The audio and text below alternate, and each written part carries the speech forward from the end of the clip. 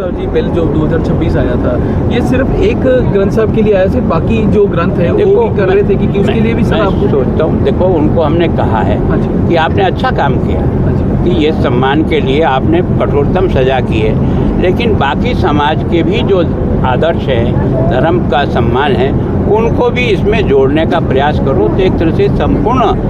पंजाब के हर व्यक्ति के मन में एक प्रसन्नता होगी कि उसको जिसकी मानता है उसका भी उतना ही सम्मान। सर एक सवाल और जी, आपने एक नवी पीढ़ी की बात की है, जैसे आपने स्टेज पे भी बात की है कि आने वाली पीढ़ी के लिए ऐसे योद्धाओं और युग पुरुषों के बारे में बताना चाहिए। मैंने संधू साहब से भी एक सवाल किया था, सर आपसे भी यही कर लेता हूँ कि बच्चों को स्कूल में ऐसी शिक्षा देनी चाहिए और उनको फ्री टूर नहीं करवाने चाहिए जी, इसके लिए सर देखो निश्चित रूप से बच्चा वो सीखेगा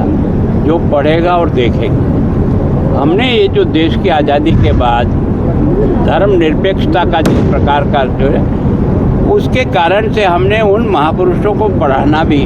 एक तरह से सांप्रदायिक मान ली, जिसके आधार पर अगली पीढ़ी तैयार होना है। अगर ये जो जितने महापुरुष का नाम ले रहे हैं, ये भी अगर तैयार हुए तो अपने पुरखों के बलिदान से पैदा होकर के सीख करके यहाँ तक आए, तो निश्चित रूप से बच्चों का कोई दोष नहीं है। जैसा वातावरण आप दोगे, जिस प्रकार के संस्कार दोगे, बच्चा वैसे ही बनेगा। अगर कमी रही है तो हमारी कमी रही है, जिसको हमें सुधारना चाहिए।